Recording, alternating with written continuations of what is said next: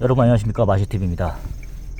여러분 아침에 눈이 좀 내렸습니다. 눈이 내려서 도로가 좀 미끄러운데 안전 운전하십시오. 한 11월 말쯤에 온 그런 기록적인 수도권에 한 40cm 되는 그런 눈은 아니라서 이 정도 눈은 솔직히 그냥 기온만 높지 않으면 크게 일하는데 지장은 없을 것 같습니다. 여러분들도 항상 안전 운전하시고 하여튼 눈길 조심 운전하십시오. 여러분 제가 오늘 주목하고 싶은 것은 그 동아일보 있지 않습니까? 저 동아일보를 비롯한 그런 조중동 언론사들 그런 문제들이 이제 제가 많이 주목하고 있었거든요. 근데 역시나 이제 이렇게 보통의 이제 유튜버들도 많이 지적을 하고 있더라고요. 특히 오늘 야투TV라는 곳을 봤어요. 이영풍 기자가 나와서 얘기하는데 아무래도 그 사람이 기자 출신이지 않습니까? 그러다 보니까 정확하게 그 내막을 더 알고 있는 것 같더라고요. 어쨌든 무슨 우리가 광화문에 보수 이렇게 집회에 나와서 하시는 얘기를 들어보니까 그런 분들도 그런 얘기도 있다 그러더라고요. 안 그런 게 아니라 동아일보 같은 경우는 특히 지금 이렇게 대부분 이게 여론조사가 40% 올라가고 이러니까 조선일보 같은 경우에는 약간 태도 변화가 좀 있는 것 같다. 약간 발을 빼는 분위기다. 이런 얘기도 하고 그다음에 중앙일보, 동아일보 얘기 있지 않습니까? 근데 이제 동아일보는 최근에 그 공안하고 이재명 대표랑 그렇게 연결시키는 역할을 했던 것 같아요. 동아일보가. 그래서 진짜 좀 황당했잖아요. 어떻게 언론사가 그렇게 연결을 시키느냐. 약간 좀 황당하더라고요. 들으면 해설을 듣지 않고서도, 평론을 듣지 않고서도 좀 약간 헷갈렸습니다. 어떻게 동아일보가 주선을 하지? 이런 식으로 해봤어요. 진짜 그런 공식들이 있지 않습니까? 지금까지 갖고 왔던 공식들. 조중동은 이제 보수 우파 언론이다. 이런 그런 이렇게 좀 이미지라든가 이런 게 좀 있었는데 지금 완전히 틀려져 버리더라고요. 그렇게 조중동이랑 예전에 그 노무현 대통령이랑 싸우던 기억이 나는데 이게 안 되더라고요. 근데 노무현 대통령 막 까이고 이렇게 하더라고요. 그렇게 봤는데 지금 완전히 언론사들이랑 게 거의 다 민주당하고 많이 연결된 것 같아요. 누가 봐도.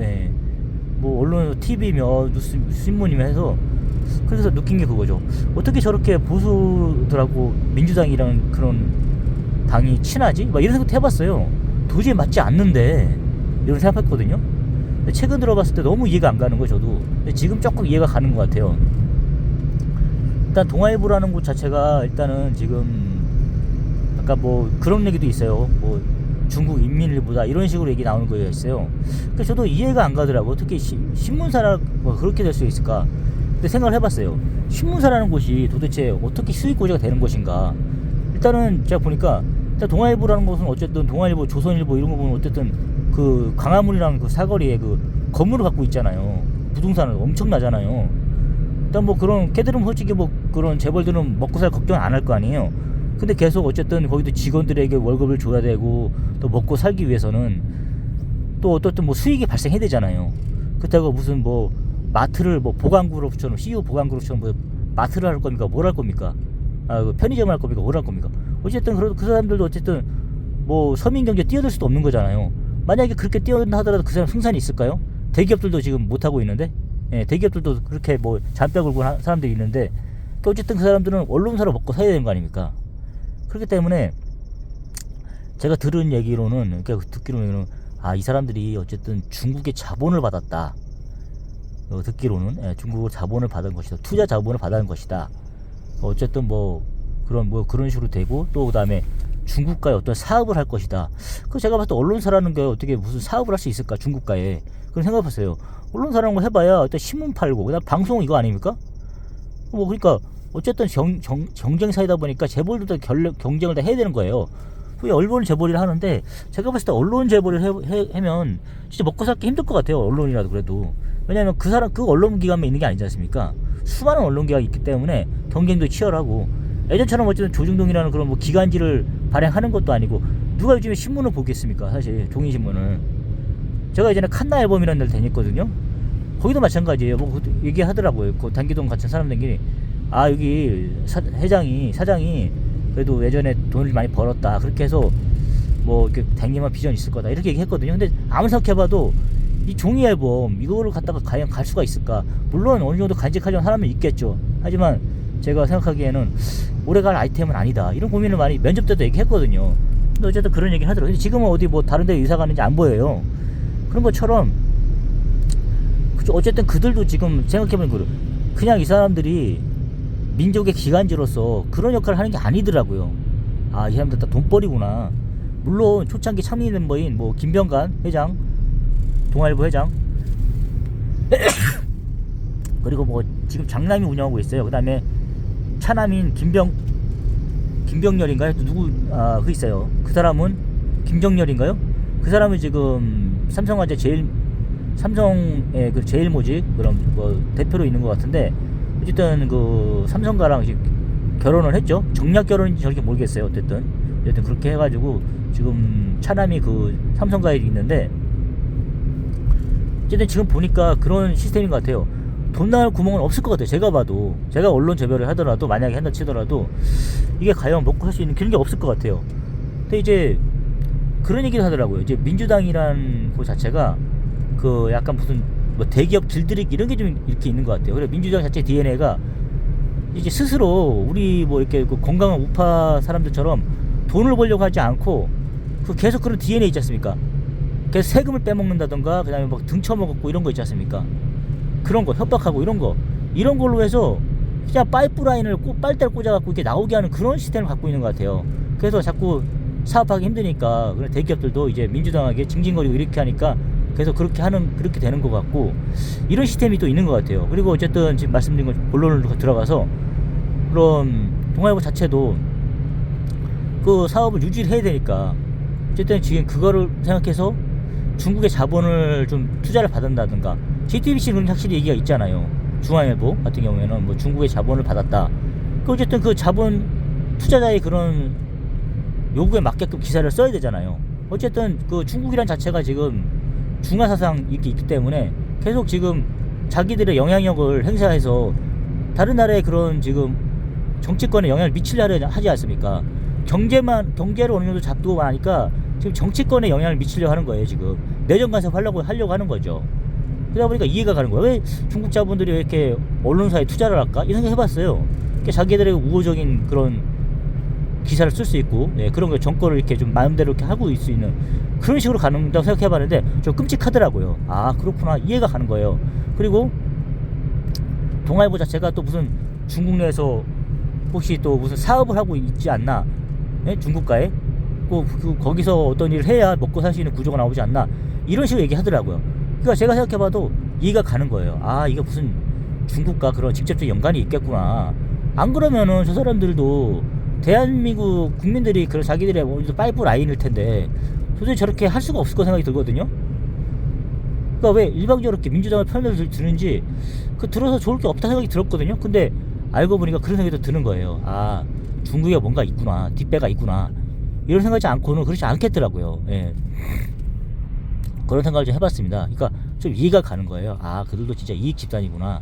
그리고 이제 뭐 SBS는 뭐 태영산업 이런 거 있지 않습니까? 그런 태영건설 이런 쪽을 그런 사주가 지금 운영하는 그런 회사잖아요. 어쨌든 저는 언론사라는 게 그렇게 사주에 영향을 받는다는 거를 지금 알았어요. 그러니까 점점 제가 공부도 하게 되고 찾아보게 되고 알아보게 되다 보니까, 아, 언론사도 회사구나, 이익 집단이구나, 이렇게 해서 경영 성과가 내야 되고 이익이 남아야 신문사를 돌릴 수 있구나. 그냥 우리 뭐 구단주처럼, 구단주도 마찬가지잖아. 또 구단을 갖고 있는 것도 또 수익을 발생해야 되잖아요. 뭐 이렇게 관중들을 유치하고 이런 거 있지 않습니까?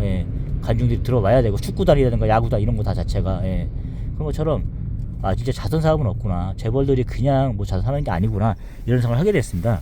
그러니까 이해가 가요. 그러니까 우리가 그런 점을 감안해서 뉴스를 들어야지, 이거 뉴스가 하는 거를 생각하기 싫다고 해가지고 바로바로 다 믿어버리고 그들이 얘기하는 쏟아내는 기사들을 그대로 믿어버리면은 이게 바보가 되는 거죠. 그런 것처럼 제가 그런 생각을 해보게 됐습니다.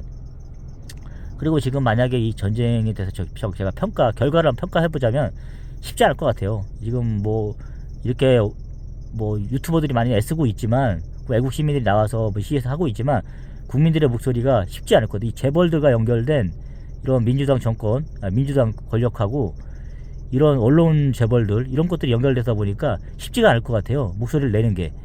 그리고 결과적으로는 지금 어쨌든 우리가 재벌들의 노예로 생각하고 있지 않습니까? 우리가 재벌이라고 해서 욕을 하고 있지만, 우리 어쨌든 재벌들이 운영하는 회사 못 들어가서 안달이잖아요. 지금 계속 이렇게 힘든 것도 그런 거잖아요. 지금 그러다 보니까 어찌됐든 우리는 진짜 재벌들의 노예라 생각이 듭니다. 또 그것도 맨날 욕을 하지만 그래도 어떻게든 재벌들이 잘 보여갖고 우리도 입신양명 하고 싶은 게 그 욕심이고요. 사람 목숨이고 그러는 것 같은데, 그러니까 지금 보십시오. 이 전국이 뭐 윤석열 대통령이 운 좋게 이게 들어온다 하더라도 계속 언론사들은 또 그 기사를 쏟아낼 거예요. 어떻게 법적으로 완전히 줄을 틀어막지 못하는 이상은 계속 이렇게 갈 거라는 생각이 드는 거예요. 기회주의 언론 그리고 신중하는 그런 언론들이 계속 드러날 겁니다. 어쩔 수가 없어요. 이기지 못하는 싸움을 지금 벌인 것 같아요. 이게 뭐 정리가 된다 하더라도, 아무리 국민들이 원한다 하더라도, 이거 그렇다고 해서 뭐 갑자기 태도 돌변해서 뭐 정의로운 이거 쓰겠습니까? 돈을 받았잖아요. 돈을 받았으면 어쩔 수가 없는 거잖아요. 그렇게.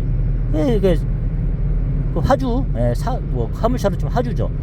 그런 사람들처럼 이렇게 고객의 니즈를 맞출 수가 없는 거예요 지금. 그런 생각이 들더라고요. 그리고 보십시오.